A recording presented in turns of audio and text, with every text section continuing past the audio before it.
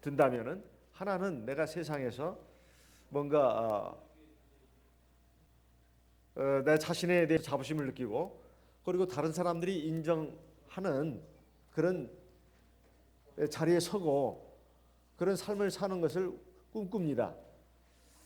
그다음에 두 번째는 이제 뭔가 내가 일을 했을 때 그것이 효과가 있어야 된다는 것입니다. 효과가 있어서 옳은 것은 옳게 되고 잘못된 것은 잘못된 것으로서 이렇게 처리가 돼서 뭔가 세상이 삶이 바르게 이어져 가고 있는구나, 이런 것이 생각이 될 때 어떤 삶의 보람을 느낍니다. 내가 수고한 만큼 소득이 있고 또 상을 받고 인정과 칭찬을 받고 그 일이 효과가 있을 때 보람을 느낀다는 말입니다. 오늘 성경에 보니까 엘리야는 정말 보통 사람이 아니다 하는 것을 또 한번 느끼면서 또 한번 다른 한편으로 우리와 별반 다를 바가 없는 사람이 아닌가 이렇게 생각을 해봅니다. 야고 사도가 우리와 엘리야는 우리와 성격이 같은 사람이라고 말을 했다고 하는 것은 우리와 똑같이 연약한 사람이라는 뜻입니다. 우리처럼 고통에 대해서도 고통으로 알고 죽음의 위협에 대해서도 두려워할 줄 알고 그리고 어떤 힘든 일이 있을 때 낙심할 줄 아는 그런 사람이 바로 인간입니다. 그것이 바로 우리와 같은 성정을 가진 사람이라는 뜻이 되겠습니다. 엘리야가 하나님 앞에서 참으로 우리와는 차원이 다른 비범한 삶을 산 하나님의 위대한 선지자인 것은 틀림이 없습니다. 그렇지만은 이제 이세벨 왕비의 죽음의 위협에 쫓겨가지고 광야까지 왔고 그리고 로뎀 나무 아래에서 자기를 데려가 달라고 하나님께 구한 이 기도하는 모습을 보게 되면 엘리야가 참 우리와 별반 다를 바 없는 사람이라는 것을 알고 한편으로 위로도 받습니다. 그런데 하나님께서는 천사를 보내가지고 엘리야를 어루만졌습니다. 그리고 일어나서 이제 먹으라고 하면서 보니까 거기에 숯불에 구운 떡 그리고 한 병 물이 있었다고 했습니다. 지난 시간 예배를 통해서 우리가 들은 바로는 이것은 세상에서 먹을 수 있는, 세상에서 구해서 먹을 수 있는 그런 떡과 물이 아니라는 것입니다. 그런 떡일 것 같으면 어떻게 그거 좀 먹고 그 두 번 먹었습니다. 두 번 먹고 40일 40일 동안을 낮과 밤을 가리지 않고 하나님의 산 호렙까지 쉼없이 달려갈 수 있었겠냐 이 말이에요. 걸어갈 수 있었겠냐 이 말입니다. 이건 불가능한 말입니다. 그래서 이것은 세상에 있는 떡이 아니고 세상에서 흔히 우리가 먹을 수 있는 마시는 물이 아니라는 겁니다. 이것은 하나님이 주신 떡이고 하나님이 주신 물입니다. 이것은 성경적인 예표가 있다는 말이에요. 그것도 숯불에 구운 떡이라고 했습니다. 성경에서 떡은 하나님의 말씀을 상징합니다. 물은 성령을 상징합니다. 근데 고난 중에 주어진 하나님의 말씀을 숯불에 구운 떡이라고 하고 있습니다. 숯불은 고난을 상징합니다. 그래서 하나님께서 지금 이 엘리야가 고통과 절망과 좌절과 시리 가운데 빠져서 지금 있습니다. 이걸 인생의 고난이라고 봤을 때 이 가운데서 하나님의 말씀을 지금 주신 것입니다. 여기에서 주어진 하나님의 말씀, 이것을 숯불에 구운 떡이라고 지금 이렇게 볼 수 있는 것 있다 이런 말씀입니다. 그 다음에 한 병 물은 성령을 상징한다 이렇게 말씀드렸습니다. 이것을 이제 먹고 또 다시 쓰러졌는데 더 먹어라 더 먹어라 그러면서 7절에 하나님의 사자 천사가 어루만지면서 다시 하는 말이 일어나서 먹어라 네가 길을 이기지 못할까 하노라. 길을 이기지 못한다는 게 뭔 말이겠습니까? 네가 앞으로 걸어가는 길을 충분히 걸어가야 되는데 하나님은 다 아시죠. 엘리야가 지금 어디로 갈 것인지 아십니다. 그래서 이 숯불에 구운 떡과 물을 충분히 먹고 마시라는 겁니다. 하나님은 하나님을 바라고 찾고 의지하는 하나님의 백성들에게 하나님의 말씀 그리고 성령의 권능을 주셔서 세상을 이길 힘과 지혜를 주십니다. 우리가 인생길을 낙오하지 않고 지치지 않고 쓰러지지 않고 끝까지 제대로 걸어갈 수 있으려면 하나님의 말씀을 충분히 먹어야 된다, 이런 말씀입니다. 그리고 우리의 목적지인 천국까지 성공적으로 들어갈 수 있으려면 하나님의 말씀과 성령의 능력이 반드시 있어야 된다는 그런 말씀입니다. 그래서 엘리야가 여기에 보게 되면 8절에 일어나 먹고 마시고 그 식물의 힘을 의지해서 40주 40야를 향하여 하나님의 산 호렙에 이르렀다고 되어 있습니다. 이것이 또 한 번의 기적입니다. 세상에 어떠한 좋은 음식도 좋은 영양제도 사람이 그 한두 번 먹고 40일 동안 다른 아무것도 먹지 않은 상태에서, 그것도 낮에만 걸어가는 것이 아니라 밤에도 잠도 안 자지 않고 걸어간다고 하는 것은 이건 놀라운 일 아니겠습니까? 이것은 또 이 세상에 없었던 일입니다. 전에도 없었고 그 후에도 없었던 그야말로 전무후무한 일이다 이 말이에요. 이건 기적입니다. 이것을 통해서 하나님께서 우리에게 또한 가르쳐주고 있는 것입니다. 세상을 사는 것이 사람이 떡으로 음식으로 사는 것이 아니라는 겁니다. 사실 하나님의 입으로 나오는 말씀으로 인생이 사는 것을 알게 해주기 위해서 하나님께서 이것을 또한 보여주신 것입니다. 그런데 호렙산으로 간 엘리야가 지금 왜 이 호렙산까지 갔냐 이 말입니다. 호렙산이 어떤 산일까요? 우리가 지금 화요일 밤 예배 때 출애굽기를 지금 보고 있습니다. 호렙산은 하나님의 백성들에게는 굉장히 유서 깊은 산입니다. 첫째, 애굽에서 430년 동안 종살이하고 있던 이스라엘 백성들을 하나님께서 불러내시기 위해서 그 사역자로 모세를 택했습니다. 모세가 어떤 그 사명감을 느끼고 40세 때는 막 뜨거운 그 어떤 피로 혈기로 그런 사명이 자기에게 주어졌다 이렇게 생각해가지고 그냥 엄청나게 나서서 일했습니다만은 결국은 살인자 도망자의 신세가 돼서 미디안 광야에 가서 40년 동안 처가살이하면서 양 치는 세월을 보냈다고 하는 거 우리가 잘 알고 있습니다. 그래서 80 노인이 돼가지고 역시 어느 날 호렙산에 이르렀을 때 가시 떨기나무에 불이 붙었는데 타질 않는 겁니다. 불이 붙었는데 그 나무가 타서 재가 되고 없어지는 것이 아니라 그냥 불만 붙어 있다 이 말이에요.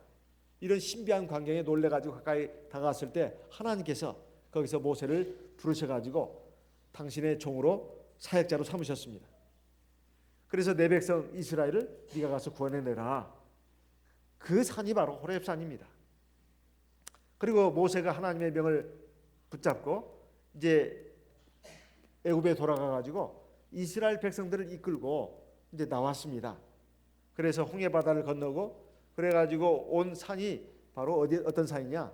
바로 신의 산, 바로 하나님의 산 호렙입니다. 그 산의 이름이 그 두 가지가 있습니다. 신의 산, 호렙산. 그 같은 산입니다. 이 산에 왔을 때 하나님께서 자기 백성들에게 이제 백성과 언약을 맺습니다.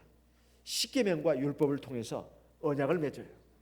하나님께서 그것을 제시하면서 너희가 이것을 행하면 나의 백성이 되고 나는 너희 하나님이 될 것이다. 그렇게 할래? 이스라엘 백성들이 그렇게 하겠습니다. 그렇게 해가지고 언약이 체결됐다 이 말이에요. 그래서 십계명을 갖다가 언약의 두 돌판이라고 하고 그것을 어떤 상자에다 집어넣는데 그것을 언약궤라고 합니다. 이런 그 산이 바로 호렙산이다 이 말이에요. 엘리야가 지금 하나님 앞에서 지금 너무 낙심해가 절망해서 더 살 어떤 의욕을 잃어버렸습니다. 삶의 어떤 의미, 목적 이걸 잃어버렸다 이 말이에요. 살아갈 어떤 힘도 잃어버렸고 삶의 어떤 의미, 목적도 잃어버렸다 이 말이에요. 왜 그랬을까요? 엘리야가 지금까지 우리가 살펴본 바에 의하면은 자기는 지금 하나님의 사람입니다. 하나님의 선지자다 이 말이에요. 그리고 하나님만이 참 신이고 하나님 경외하고 하나님 사랑하고 하나님 의지하고 하나님 말씀에 순종해서 살아야 그것이 진정한 인생이고 하나님의 백성이다. 이런 그 생각을 가지고 이스라엘 백성들을 갖다가 하나님께로 돌이키게 하기 위해서 분연이 일어났다 이 말입니다. 그래가지고 지금까지 그 엘리야의 그 사적을 쭉 보게 되면 그런 삶의 발자취를 걸었습니다. 그런데 엘리야가 하나님의 놀라운 능력도 체험하고 그 능력으로 여러 가지 기적이 함께하는 가운데서 하나님 앞에 영광 돌리고 이스라엘 백성들을 하나님께로 돌이키는 일을 했다고 했을 때 자기는 이제 성공했다고 생각했을 겁니다. 그런데 이 우상 숭배의 그 신앙을 이끌고 온 장본인 이세벨 왕비는 아직도 꺾일 줄을 모르고 여전히 힘은 그쪽에 있습니다. 칼을 그가 갖고 있다 이 말이에요. 그 칼날로 자기를 죽이겠다고 지금 위협하는 것입니다. 그러니까 영적으로는 신앙적으로는 자기가 승리한 것 같았는데 현실은 그렇지 않았다 이 말입니다. 현실은 여전히 불의와 악이 힘을 갖고 권세를 가지고 횡행하고 있더라 이 말입니다. 그러니까 엘리야로서는 정말 낙심하고 절망할 수밖에 없었어요. 그렇다고 해서 이스라엘 백성들이 벌떼처럼 일어나가지고 선지자여 걱정하지 마세요. 걱정하지 마세요. 두려워하지 마세요. 우리가 있습니다. 지금까지 우리가 아방의 왕비 이세벨의 꼬임에 빠져가지고 우리가 바알 우상과 아세라 우상을 섬겼는데 우리가 잘못됐습니다. 선자는 조금도 걱정하지 마십시오. 우리가 있습니다. 이렇게 하면서 나서지도 않았다 이 말입니다. 그러니까 엘리야로서는 정말 절망할 수밖에 없었어요. 현실은 아무것도 바뀌는 게 없구나. 이 불의하고 악한 이 세상이 하나도 바뀌지 않는구나. 그래서 너무나 절망을 해가지고 그리고 또 자기 자신도 이제 현실적으로 참 뭐 아무런 무기도 없고 군사도 없는 그야말로 외톨이입니다. 누가 자기를 지켜줄 것입니까? 목숨은 하나밖에 없는데.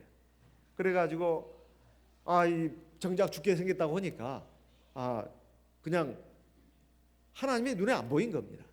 지금까지 하나님께서 자기를 지켜주시고 보호해주시고 인도해 주신 그런 거 지난 3년 6개월간의 그 기적 같은 삶 이런 것들이 눈앞에서 사라진 것이다 이 말이에요.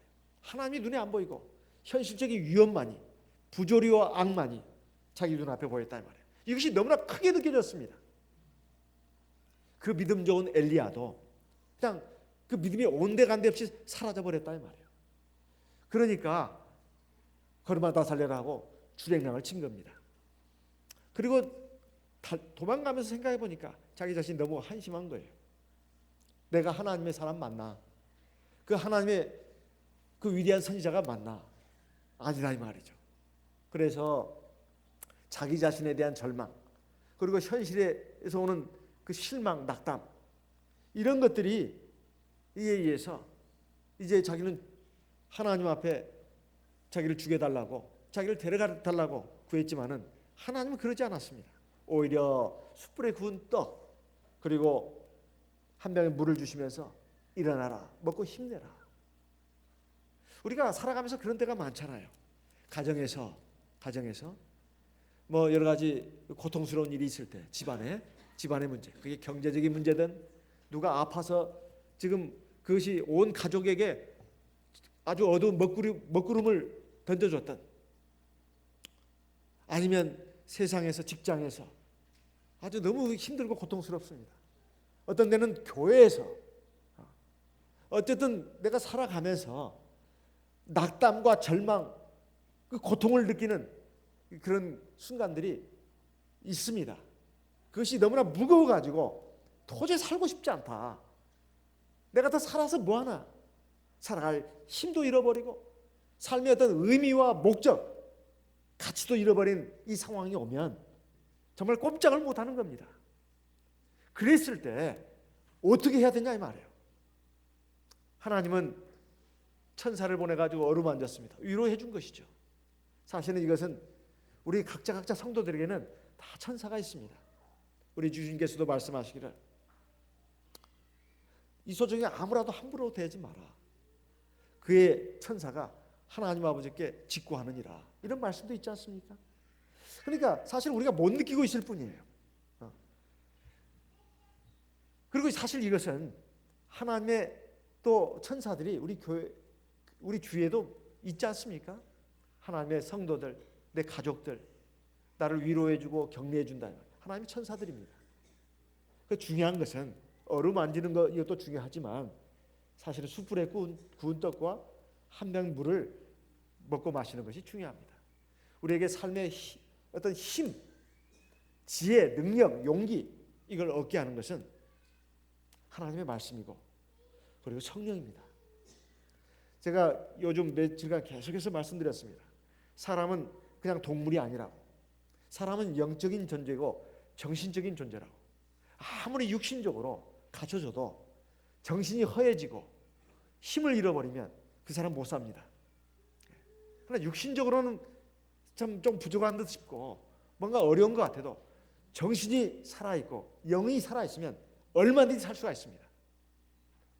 여기서 중요한 것은 사람에게 영혼, 정신이 중요하다는 겁니다. 정신과 영혼이 생명력이 시들해지면 그 사람은 못 삽니다. 그렇지만 생명이 있고 건강하고 힘이 있으면 얼마든지 살 수 있어요. 어떤 고난도 이길 수가 있습니다. 어떤 어려움도, 어떤 절망스러운 일도 다 극복할 수 있습니다. 그것이 바로 뭔가 하나님의 말씀이고 성령의 능력입니다. 이것을 먹고 힘을 얻어가지고 지금 이 사람은 그래도 힘을 얻었지만 내가 왜 살아야 되는지, 더 살아서 뭐 하는지, 생애의 목적, 의미를 찾기 위해서 찾은 곳이 어디였나? 호렙산이었다 이 말이에요. 호렙산. 하나님께서 일찍이 자기 백성들을 구원하기 위해서 사역자로 삼기 위해서 부르신 종이 모세라고 했습니다. 모세를 불러가지고 그에게 삶의 사명을 줬습니다. 그리고 그 호렙산에서, 시내산에서 하나님께서 말씀을 주셨다 이 말이에요. 계명과 율법이 바로 말씀입니다. 그래가지고 하나님의 백성으로 삼아 주셨다 이 말이에요. 그래서 자기에게 삶의 목적이 뭔지, 사명이 뭔지 이것을 알기 위해서 그는 호렙산으로 갔던 것입니다. 두 번째, 하나님의 대체 말씀이 뭔지, 자기를 향한 하나님의 말씀과 뜻이 뭔지 이것을 받기 위해서 갔던 것입니다. 오늘 우리도 마찬가지입니다. 우리가 교회 생활이 어떤 종교 의식으로서 생활하는 것이 아닙니다. 삶의 목적, 의미 이것도 알려주고 나침판을 제시해 주는 것이 바로 교회입니다. 그리고 성령의 기도를 통해서 하나님께서 또 하나님의 말씀을 통해서 하나님께서 우리에게 내가 어떻게 살아야 되는지, 어떤 사람이 되어야 되는지 이걸 알게 해준다 이 말이에요. 그리고 하나님이 어떤 분인지 알게 해준다 이 말입니다. 그러나 또한 그것은 생명의 양식이 됨과 동시에 생명의 물도 됩니다. 호렙산은 바로 오늘날 우리 교회를 상징하는 것입니다. 교회를 상징하는 거예요. 우리가 호렙산, 시내산 또는 시온산, 하나님의 보좌가 있는 그곳을 시온산이라고 하지 않습니까?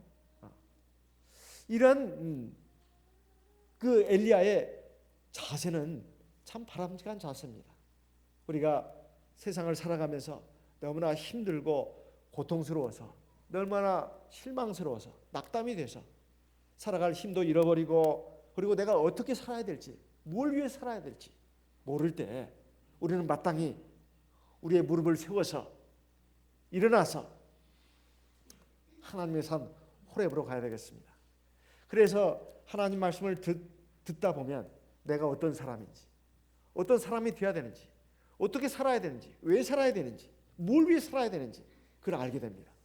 그 알게 되는 뿐만 아니라 그러한 지혜와 능력도 받는다 이 말이에요. 그런 영적인 것, 정신적인 것만 그런 거 아닙니까? 그런 게 아닙니다. 우리가 하나님의 백성이라고 했습니다. 제사장 나라의 백성들입니다. 그래서 어젯밤에도 말씀드렸습니다. 하나님의 백성들이 우리가 어차피 육신을 갖고 있기 때문에 열심히 살아야 합니다.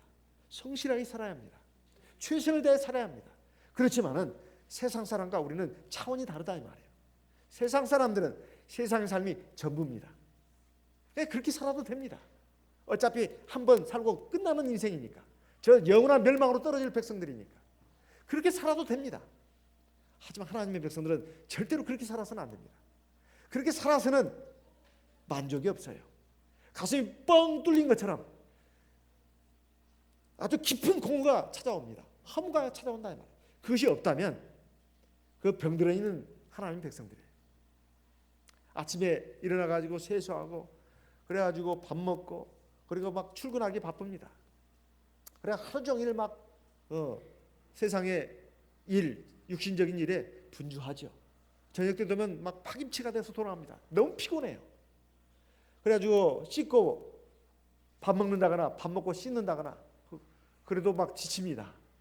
그래서 이제 TV 앞에 이제 스트레스 긴장을 풀지요. 그러다가 잠자리에 듭니다. 이게 대체 뭘 위해서 그렇게 하냐 이 말이에요. 뭘 위해서? 먹고 살기 위해서 한다 이거예요. 먹고 살기 위해서. 우리 자식 새끼들 키워야 되니까. 가르쳐야 되니까. 생활에 방편이 있어야 되니까. 그리고 내가 세상에서 뭔가 좀 뭔가 성취해야 되지 않겠냐. 그 성취라든가 먹고 살기 위한 것이라든가 자식 새끼들 키우는 것이라든가 그것이 나중에 보면 뭐가 남냐 이 말이에요. 뭐가. 세상에서 뭔가 이뤘다 하더라도 나중에 보면 바닷가에서 모래를 손에 쥐었는데 나중에 보면 다 빠져나가는 것 같습니다. 공기를 쥐은 것 같아요. 바닷물을 쥐은 것 같습니다. 다 빠져나가는 것입니다. 사실 남는 것이 없다 이 말입니다. 나중에 가서 참 나는 내 인생은 참 헛살았다, 허무하다 이렇게 생각을 합니다. 그리고 자기는 점점 늙어가고 병들어가고 결국은 죽게 된다 이 말이에요. 그리고 자식들을 아무리 훌륭하게 키웠다 한들 그 자식들이 과연 부모의 마음에 기쁨과 즐거움을 주는 효자가 됩니까? 효자가 아니라고 할 수는 없지만 과연 얼마나 그 부모의 고생도 그것도 알아주면서 효성을 다하냐 이 말이에요. 자식들은 또 자식의 인생이 있어가지고 그 삶 사는 것도 그 보통 일이 아닙니다. 부모까지 신경 쓸 여력이 없어요. 또 자기 자식을 또 있으니까 그거 키우느라고 또 정신이 없습니다. 부모는 그걸로 끝난 것도 아니죠. 자식이 잘 사느냐 못 사느냐에 의해서 늘 노심초사하고 근심 걱정입니다. 그래가지고 결국은 늙고 병들어서 죽는 게 우리 인생이다 이 말이에요. 아무리 성공하고 화려한 위치에 있었다 하더라도 그것도 때가 되면 자리 놓고 물러가야 된다 이 말이에요. 이건 누구만 그런 게 아닙니다. 다 그렇습니다. 다 그런 거다. 그러니까 이런 이 인생을 살면서도 우리는 뭔가 있겠거니 하면서 막 살아갑니다. 그래서는 안 된다 이 말이에요. 우리가 하나님 앞에서 정말 하나님의 백성으로서 온전히 살려면은 그리고 온전한 행복과 기쁨을 누리며 살려면은 하나님의 백성답게 살아야 된다 이 말이에요. 우리가 안식일을 지켜라 이건 기본이고 매일 아침을 우리가 기도로 시작해야 된다. 그리고 하나님 말씀도 먹어야 된다. 매일매일 조금이라도 그게 영의 양식이 되고 정신의 양식이 되도록 해야 합니다. 그냥 육신적인 일에 눈에 보이는 일에만 분주해가 살다 보면 정신과 영혼이 공허해질 수밖에 없어요. 이건 세상 사람도 하는 말입니다. 그걸 뭘로 채워야 할 것이냐 이 말이에요. 내 영혼, 내 정신, 이것이 우리 인생을 살아가는 데 있어서 기관차 엔진과도 같습니다. 살리는 것은 영이니 육은 무익하다고 하는 것은 바로 영혼의 중요성을 주님께서 강조하신 말씀입니다. 그래서 이 엘리야가 호렙산에 가서 하나님 앞에 기도하기를 원했던 것입니다. 그리고 기도하는 가운데 하나님의 말씀을 듣기를 원했던 거예요. 그는 아마 하나님께 따지러도 갔을 거라고 생각이 됩니다. 따지려고도 뭘 따지려고? 하나님, 대체 이게 뭡니까? 하나님이 지금까지 나와 함께 하시고 역사하시고 인도하시고 해가지고 영적인 승리를 거둔 것 같았는데 어떻게 이렇게 불의하고 악한 이 세상은 조금도 바뀌지 않는단 말입니까?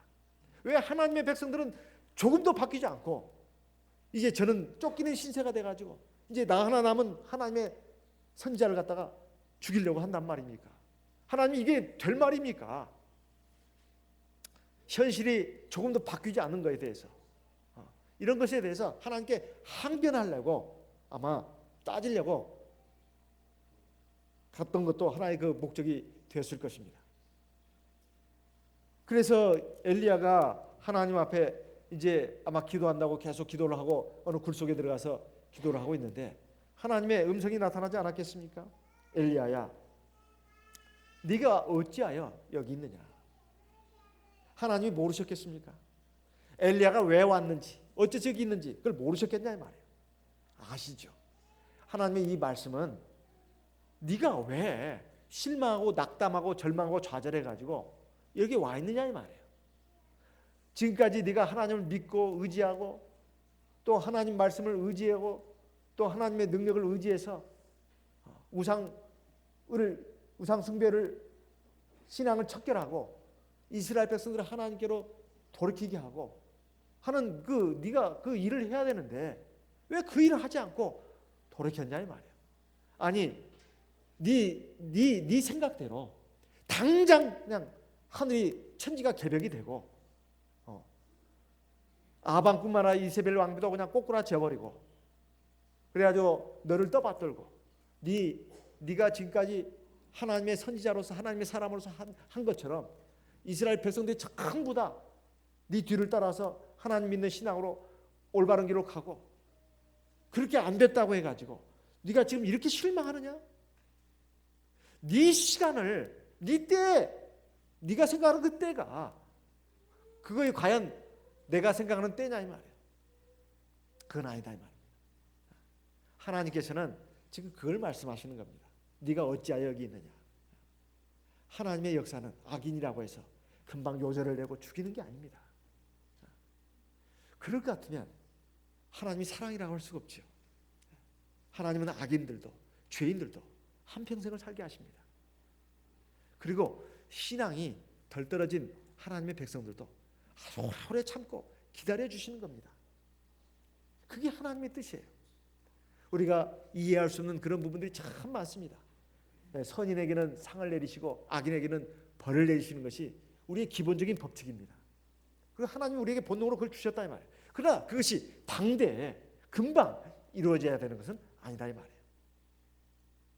하나님은 그 해를 선인과 악인에게 비추시고 비를 의로운 자와 악한 자에게도 다 내리신다고 했는데 이것은 하나님이 이 세상을 어떻게 주관하시고 치리하신가를 보여주는 것입니다.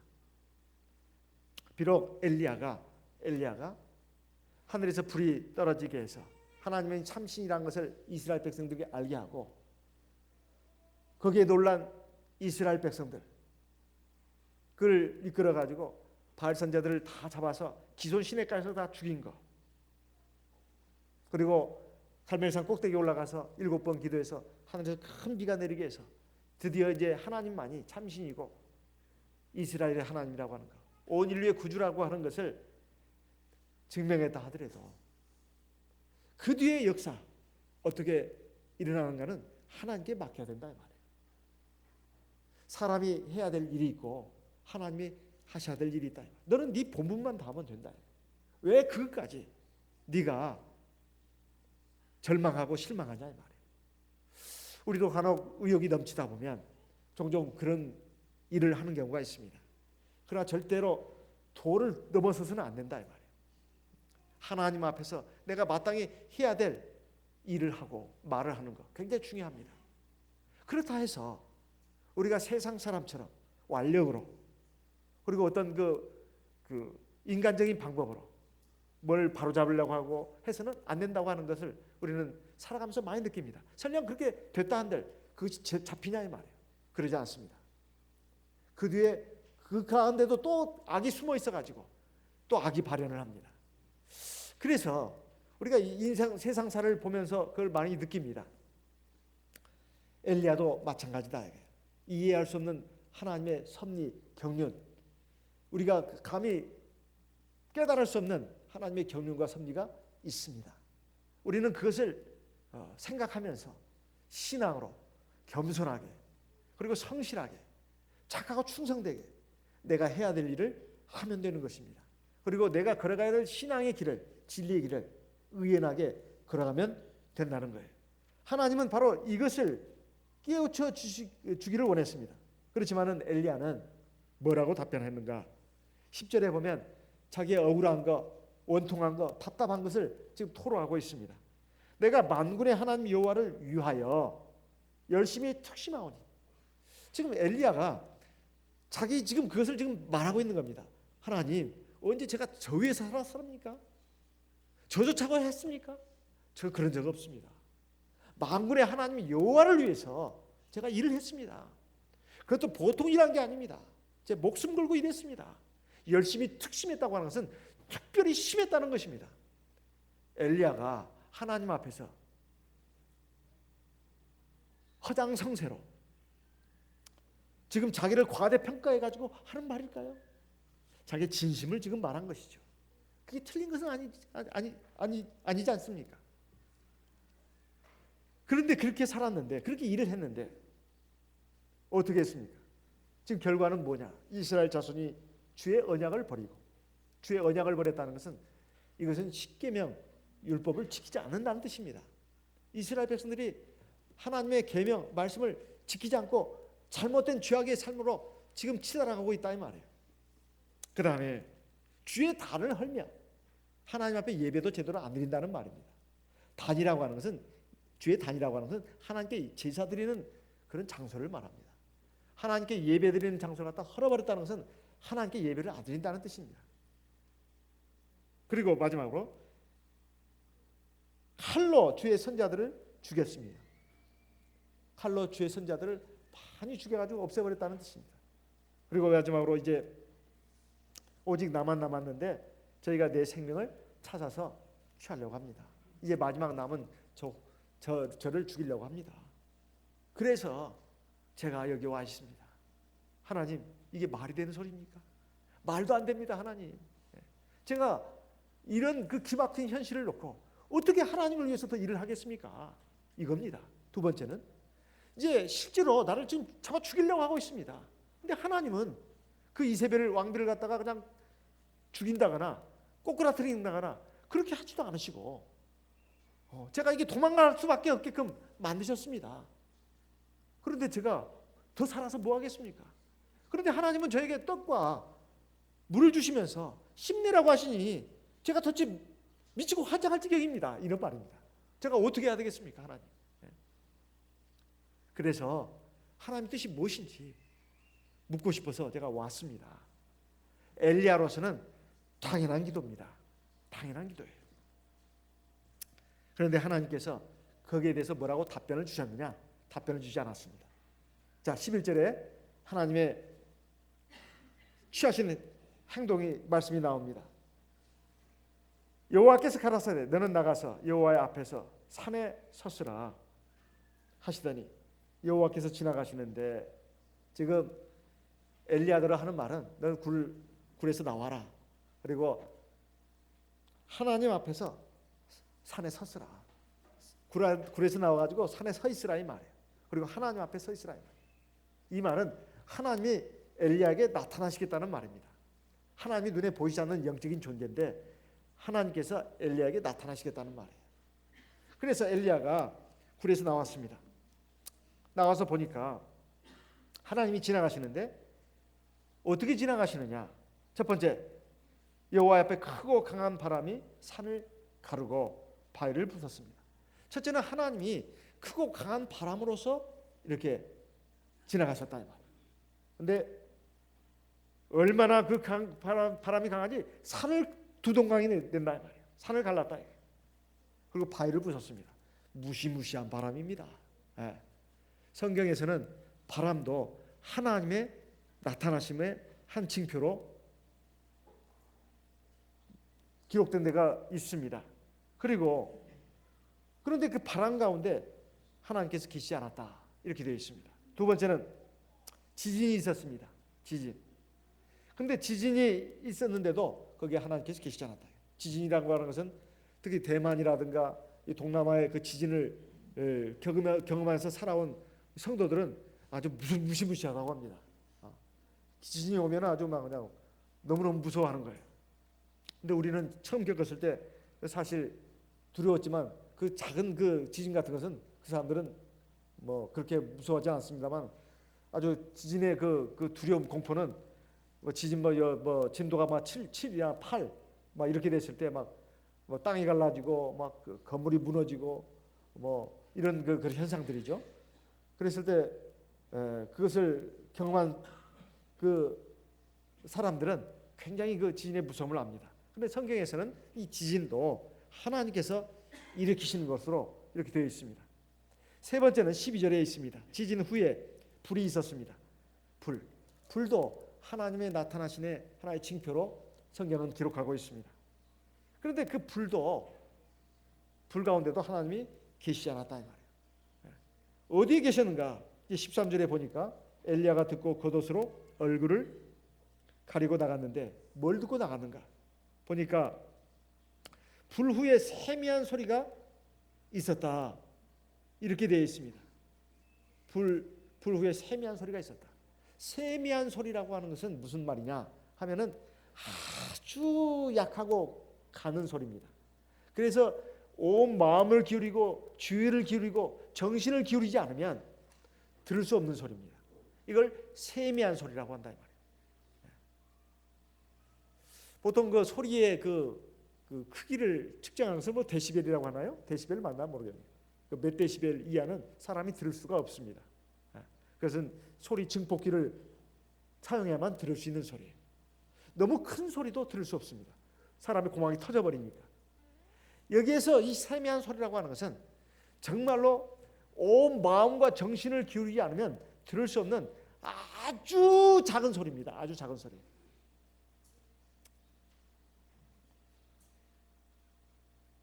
그런 소리가 들려와서 엘리야가 겉옷으로 얼굴을 가리고 나가서 그 어귀에서 섰습니다. 거기에 바로 하나님이 계셨다 이 말이에요. 이것은 뭘 말하는가? 지금까지 하나님께서 정말 산을 가르고 바위가 터지는 것 같은 크고 강한 바람 같은 그 능력으로 역사를 하셨습니다. 그리고 땅이 지축이 흔들리는 그런 지진 같은 하나님의 역사도 있었습니다. 그리고 모든 더러운 것을 태우는 불 같은 하나님의 능력이 나타났습니다. 그런데 보통 사람들은 생각할 때 내 인생에 하나님이 어떻게 나타나셔서 역사하셔야 하나님이 살아계시고 역사하시는 걸로 아느냐, 이런 역사들입니다. 크고 강한 바람 같은 역사, 산을 가르고 바위가 터지고 또 지축이 흔들려서 막 금방이라도 모든 것이 무너질 것 같고 천지가 개벽할 것 같고, 그리고 뜨거운 불이 있어가지고 모든 것을 태우고 새로운 것을 드러내는 이러한 그 강력한 기적이사가 있어야 하나님이 그 가운데 함께하는 것처럼 생각을 한다 이 말이에요. 그런데 한번 생각해 보십시오. 이스라엘 백성들에게 그리고 엘리야에게 그런 역사가 지금까지 없었습니까?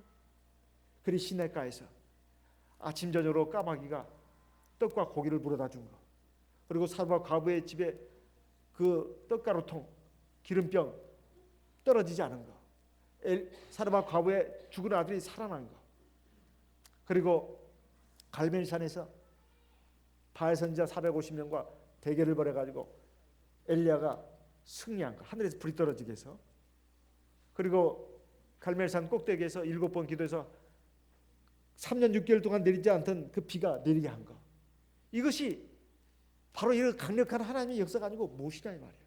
그런데 자기가 봤을 때 그렇게 이스라엘 백성들이 변화가 되는 것이 아니더라 이 말이에요. 확 바뀌고 그래야 되는데, 그리고 아합 왕과 이스벨 왕과 완전히 거기에 꼬꾸라져야 되는데 그러지 않더라 이 말이에요. 그래서 기적이나 뭐 그 기적 이사 같은 것이 사람을 변화시키는 것이 아니라는 것입니다. 예수님 당시에도 마찬가지였습니다. 예수님 당시에 그 기적 이사가 사람들을 변화시키고 그리고 완전히 하나님께 돌이키게 하는 그러한 사람들이 된 것이었나. 물론 그 가운데는 그런 것도 있을 수 있죠. 하지만 사실 그렇게 많은 기적 이사를 체험하고도 눈으로 목격하고도 주님께서 이제 붙잡혀 가실 때는 다 뿔뿔이 도망갔습니다. 심지어 제자들마저도 도망갔다 이 말이에요. 그러면 뭐가 하나님의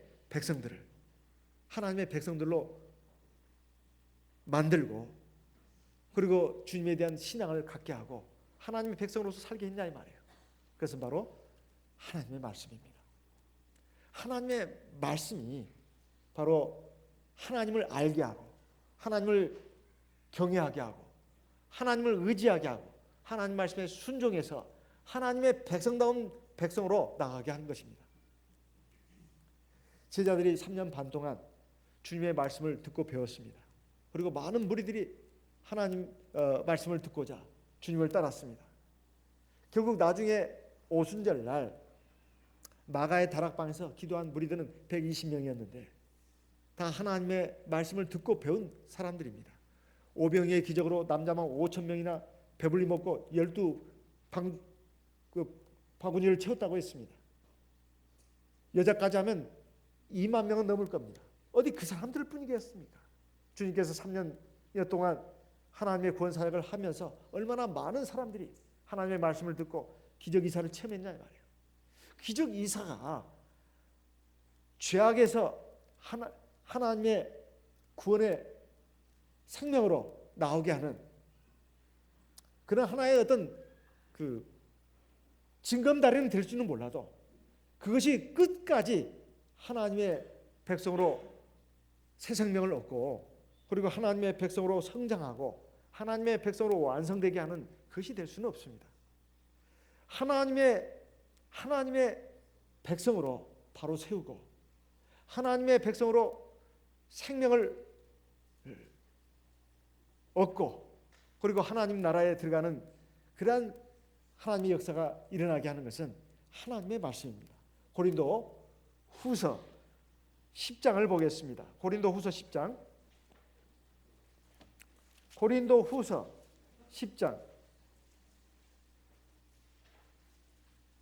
4절부터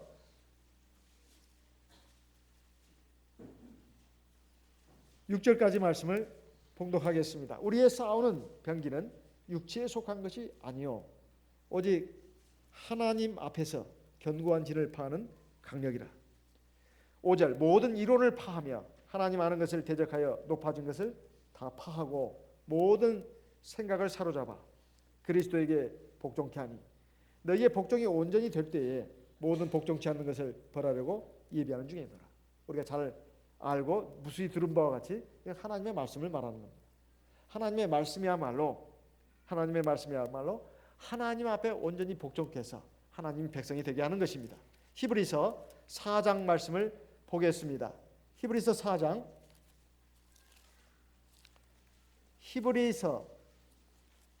4장 12절 하나님의 말씀은 살았고 운동력이 있어 좌우의 날선 어떤 검보다도 예리하여 혼과 영과 및 관절과 골수를 찔러 쪼개기까지 하며 또 마음의 생각과 뜻을 감찰하나니.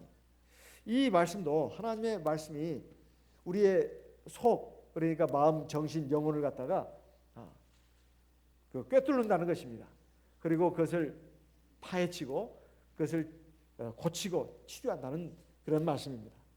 그래서 에베소서 6장에 보면 우리가 세상을 살아가는 것이 바로 영적인 전쟁과도 같은데 꼭 필요한 것이 뭔가, 필수인 것이 뭔가 그에 대해서 잘 말씀하는 내용이 나옵니다. 우리 이 말씀은 너무나 많이 들었습니다.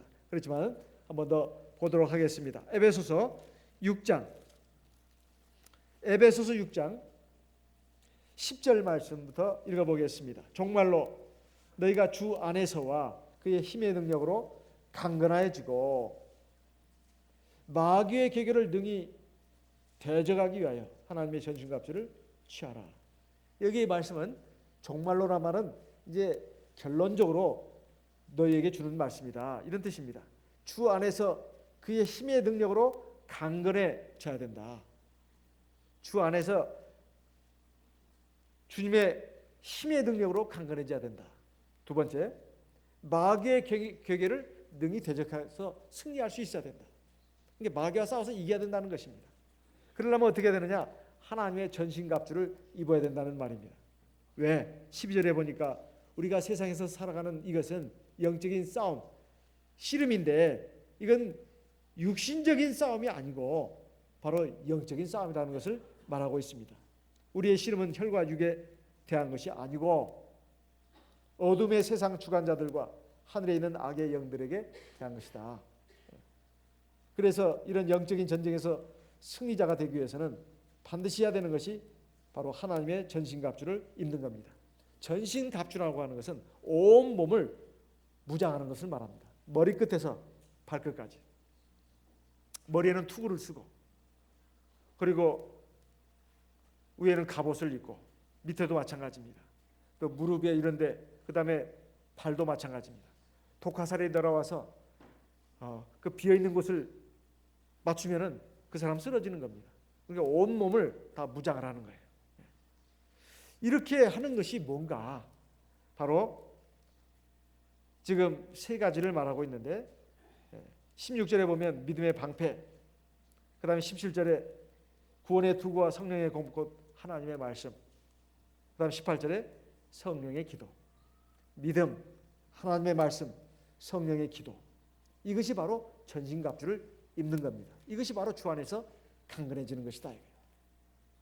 우리가 하나님 앞에 하나님의 말씀을 듣고 기도를 하면 우리가 내 몸과 마음이 거룩해진다. 이것도 있습니다만 내 삶의 목표, 좌표를 눈앞에서 떠나지 않게 하는 효과가 있습니다. 아침에 정신없이 일어나가지고 하루 일과를 시작하고 그냥 정신없이 쓰러져가지고 자면 그것이 하루의 인생으로 끝나는 것이 아니라 그것이 인생이 되는 겁니다. 그렇게 사는 인생은 삶의 목표와 좌표를 눈앞에 두고 사는 것이 아니라 그냥 허적거리면서 막 뭔가 분주하게 사는데 사실은 좌표를 잃고 막 그냥 무턱대고 사는 인생과하고 별반 차이가 없는 인생으로 전락할 수가 가능성이 큽니다.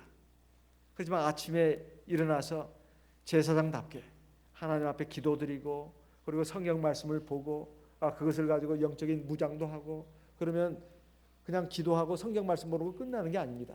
벌써 내 영이 정신이 또렷해집니다. 그리고 삶의 목표 가치가 보인다 이 말이에요.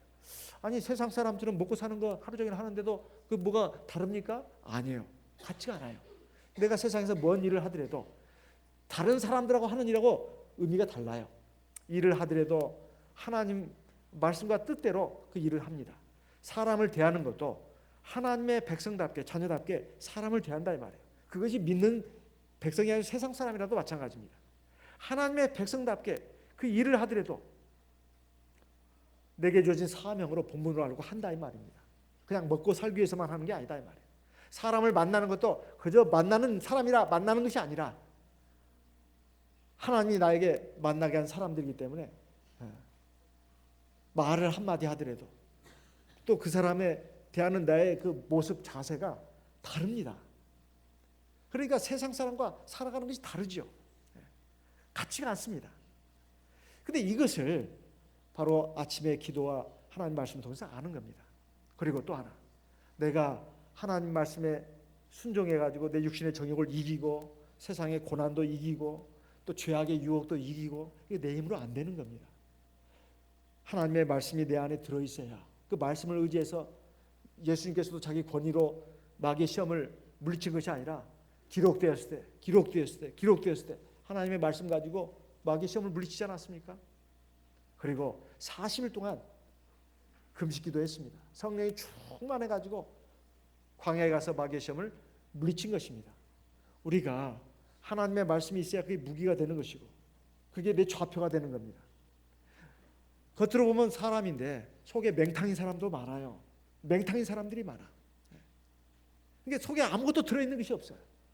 마귀 텃밭입니다. 마귀 텃밭이에요. 세상에 허망한 거, 거짓된 거, 그리고 쓸데없는 것으로 그 마음과 생각을 지배를 합니다. 그리고 그렇게 살게끔 만들어 버리는 거예요. 그 속에 아무것도 없으니까. 뭐가? 하나님 말씀이 없으니까. 그리고 성령의 능력이 약하면 말씀만 가지고는 안 됩니다. 오늘도 이렇게 좀 그런 말씀도 나왔습니다만 성령의 9가지 열매라고 했습니다. 그걸 우리가 지키는 것이 아니라 성령에 의해서 맺어지는 열매다 이 말이에요. 그래서 성령의 열매라고 하는 겁니다. 인간이 노력해가지고 의지를 가지고 우리가 하나님의 말씀을 지키는 것은 한계가 있습니다. 그러나 성령의 기도를 하면 성령이 내 마음과 생각, 내 영혼을 붙잡습니다. 그리고 인도해 간다 이 말이에요.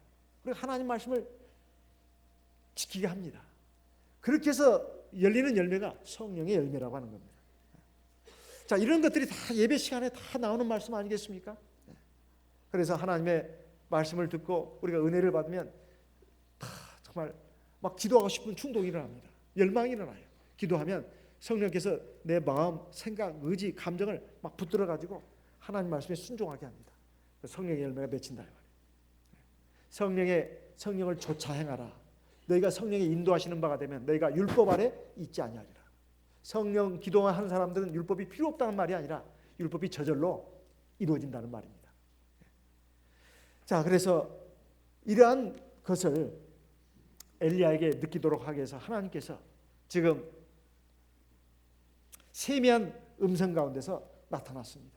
사실 우리가 세상에 헛된 것, 잡된 것에 얽매여 있으면은 하나님의 말씀이 들리지 않습니다.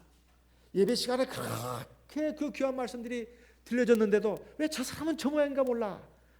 그 이유가 뭘까요? 간단합니다.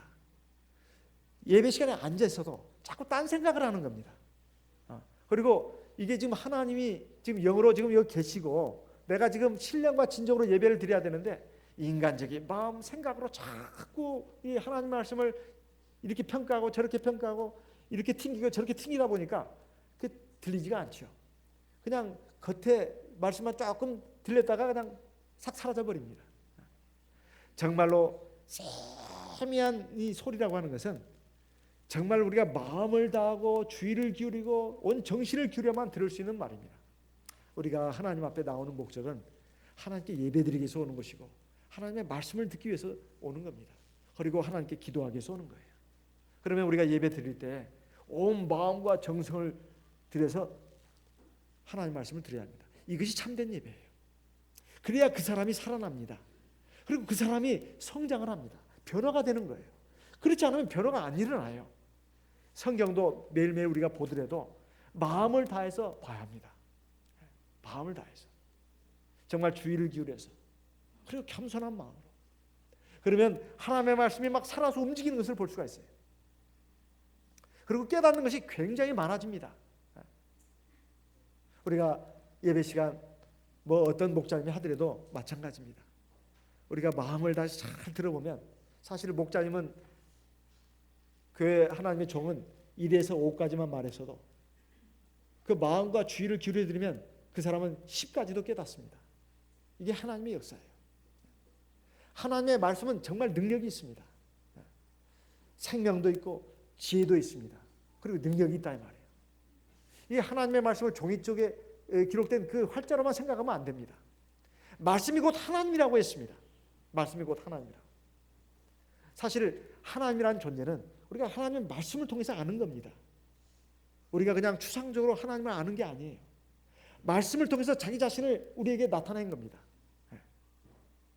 그래서 우리가 하나님의 말씀을 어떻게 드려야 되느냐? 엘리야처럼 겉옷을 두르고 나가서 온 정신을 기울여서 드려야 합니다. 그러면 그 사람은 정말로 지혜로운 사람이 됩니다. 그리고 하나님의 백성다운 백성이 된다. 그 세미한 가운데 들려주신 하나님의 말씀이 뭡니까? 엘리야야 어찌하여 네가 여기 있느냐? 그때 엘리야는 똑같은 말을 했습니다. 내가 만군의 하나님 여호와를 위하여 열심히 특심하오니 이는 이스라엘 자손이 주의 자손을 주의 언약을 버리고 주의 단을 헐고 칼로 주의 선자를 죽였음이오며 오직 나만 남았거늘 저희가 내 생명을 찾아 취하려 하나이다. 여기에 대한 하나님의 응답이 이제 나옵니다. 15절. 거기에 대해서 하나님이 뭐라고 말씀하셨느냐? 두 가지 방면으로 얘기했습니다. 네가 해야 될 일, 네가 해야 될 일. 너는 네 길을 돌이켜서 광야로 말미암아 다메섹에 가라. 돌이키라는 것은 뭐 실제적인 그 길 방향을 돌이키라는 것이 아닙니다. 네가 지금 실망하고 낙담하고 나는 지금 뭐 아무것도 이제 할 수도 없습니다. 내가 뭘 하겠습니까? 나 같은 것은 이제 더 살 이유가 없습니다. 나 차라리 데려가 주세요. 지금 이런 식으로 해가지고 너 여기 와 있는데 뭔 소리냐? 너는 그 시리와 좌절 그리고 나에 대한 어떤 뭐 그 의심 이거 다 떨쳐버리고 일어나라. 그리고 다메섹으로 가라. 이것은 오늘날의 시리아를 말합니다. 거기 가서 하사엘에게 기름을 부어 아람 왕이 되게 하라. 하사엘은 열왕기하 8장에 나옵니다만 열왕기하 8장 7절로 15절에 나옵니다. 이 아람 왕 옛날에 그 아람은 오늘날의 시리아입니다. 그 아람 왕 베나닷 2세의 군대 장관으로 있던 사람이에요. 그 사람이 기름을 부어서 왕이 되게 해라. 이런 지금 말입니다. 그 다음 16절에 보면 또 님시의 아들 예후에게 기름을 부어 이스라엘 왕이 되게 하라. 이것은 님시의 아들이 아니라 님시의 손자 여호사밧이 있습니다. 님시의 손자 여호사밧 이스라엘의 왕이죠. 그의 아들이 바로 예후입니다. 이것은 열왕기하 9장 2절에 나와 있어요. 님시의 손자 여호사. 근데 왜 아들이라고 했느냐? 히브리 말은 그 아들이란 말은 자손이라는 뜻도 있다고 합니다. 이 번역이 이렇게 된 것이죠. 그래서 이스라엘 왕이 되게 해라. 그뿐만이 아니다. 너는 사밧의 아들 엘리사에게 기름을 부어서 너를 대신해서 선지자가 되게 해라. 즉 후계자를 세워라. 너를 이을 후계자를 세워라. 지금 그런 뜻입니다. 그러면서 17절에 보면 이제 하나님께서 어떻게 이제 역사하실 것인가 그게 나옵니다. 하사엘의 칼을 피하는 자를 예후가 죽일 것이요 예후의 칼을 피하는 자를 엘리사가 죽이리라. 하나님께서 내가 다 알아서 내가 내 뜻대로 역사를 이끌어갈 것이다. 그러니 너는 그런 거 저런 거 신경 쓰지 마라. 그리고 걱정하지 마라. 실망하지 마라. 이런 뜻입니다. 하나님의 역사는 하나님의 경륜에 의해서 하나님의 시간표에 의해서 이루어져 가는 것이다. 너는 무슨 참말이 그렇게 많냐? 너는 그저 순종하고 네 일이나 잘해 이런 뜻입니다. 그리고 너 착각도 유분수야. 18절에 나와 있습니다. 그러나 내가 이스라엘 가운데 7천인을 남기리니 다 무릎을 바알에게 꿇지 아니하고 다 그 입을 바알에게 맞추지 아니하느니라. 사람은 살다 보면 자기만 옳은 줄 알고 그 말하고 행세하는 사람들이 적지 않습니다. 내가 옳고 상대방은 틀렸어요. 그 자기가 주인공의식 가진 사람들이 많죠. 엘리야도 아마 그 중에 한 사람이었던 것 같습니다. 하나님, 이 이스라엘 백성들이 하나님의 언약을 버리고 주의 단을 헐고 선자들을 죽이고 이제 하나 남은 나까지 이제 하나 딱 나 남았는데 나마저 죽이려고 합니다. 하나님 말씀하십니다. 뭔 소리? 어찌 하나님의 사람이 너 혼자 하나뿐이더냐? 이런 말입니다. 사실 엘리야도 지금 이 과장되게 생각하고 있는 겁니다. 오바댜가 아합의 국내 대신 오바댜가 아합과 더불어서 엘리야를 찾으려고 막 그 나설 때 오바댜를 만나지 않았습니까? 근데 오바댜가 엘리야 선지자에게 말하지 않았어요? 제발 저를 좀 살려주십시오. 제가 이대로 돌아가서 아합 왕이 구하면 아합 왕이 저를 죽일 겁니다. 하나님의 선지자께서는 듣지 않았습니까? 내가 하나님의 선지자들 그 아합 왕이 이스벨이 죽일 때 50인씩 두 때로 나눠가지고 굴에 숨겨가지고 먹을 것을 공급했습니다. 그걸 하나님한테 못 들었습니까? 엘리야 선지자요. 제발 이 가련한 목숨을 불쌍히 보시고 나를 좀 살려주십시오. 그때만 해도 벌써 뭡니까? 100명의 선지자가 있었던 거 아닙니까? 근데 엘리야는 어찌하여 이렇게 나만 혼자 남았는데 나를 죽이려고 하십니까? 이렇게 지금 말하고 있는 겁니다. 어디 그뿐이겠습니까? 우리 눈에 보이지는 않지만 7,000명이 있었다 이 말이에요. 7,000명이라는 것은 숫자 그대로 7,000명이라는 뜻이라고 볼 수는 없습니다. 물론 그렇게 볼 수도 있지만 하나님의 백성으로서 신앙을 지키고 하나님의 백성으로서 그 역사를 이어갈 그런 그러한 무리로서 7천이라는 숫자는 충분한 숫자고 완전한 숫자라는 뜻입니다. 그런 무리들이 있다는 거예요. 바알에게 입맞추지 않고 바알에게 절하지 않은 내 백성들이 있다. 그러니까 너는 조금 더 걱정하지 마라. 하나님의 역사는 마치 그 강가에 얼어붙은 그 두텁게 얼어붙은 그 강가에 그 밑에 그 물을 흘러가고 있지 않습니까? 봄이 되면 그것이 다 녹아가지고 이제 도도한 강물이 돼서 흘러가지요. 강 밑을 흐르는 그 맑은 물처럼 하나님의 역사는 이어져 가고 있다는 거예요. 그래서 우리가 사람의 생각으로 현실을 보고 답답해하고 괴로워하고 힘들어하고 그래서는 안 된다는 것입니다. 엘리야에게 바로 이것을 깨우쳐 주신 겁니다. 엘리야는 하나님에 대해서 열심히 특심했습니다. 그렇지만은 그 열심히 특심했어도 하나님의 섭리를 믿어야 되고 하나님의 그 감춰진 경륜이 있다는 것을 알고 자기의 본분을 다하면 된다.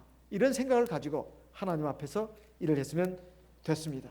하나님 앞에서 그리고 자기가 잘못 세운 기준 그것에 의해서 나는 더 살 이유가 없습니다. 내가 더 살아서 뭐 하겠습니까? 나는 내 믿음의 모든 열조들보다도 못합니다. 나를 차라리 데려가 주십시오.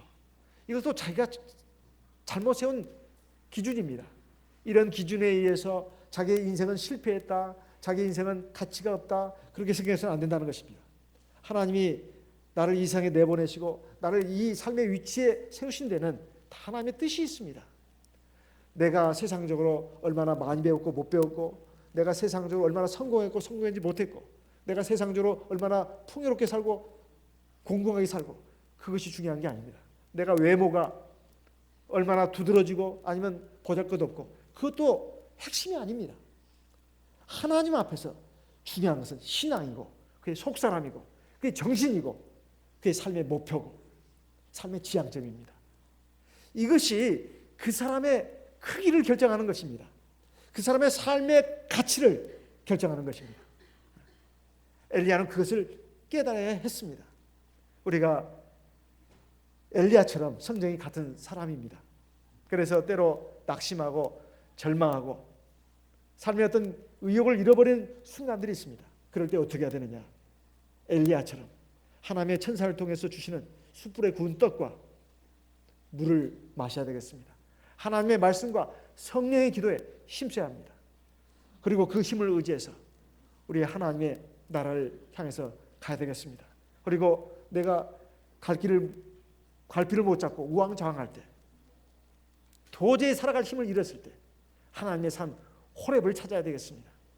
그래서 거기서 하나님 앞에 기도하고 그리고 세미한 가운데 들려주시는 하나님의 말씀에 온 정신을 기울여서 그 말씀으로 나를 바로 세우고 그리고 살아갈 힘과 지혜와 능력을 얻어야 되겠습니다. 그것을 위해서 오늘 우리에게 엘리야의 사적을 보여주신 것입니다. 저와 여러분, 세상을 사는 것이 그렇게 간단한 일이 아닙니다. 어렵습니다. 육신적으로나 또는 신앙적으로나 여러 가지 많은 어려움과 고통이 있고 좌절과 실망이 있습니다. 또 슬픔도 있습니다.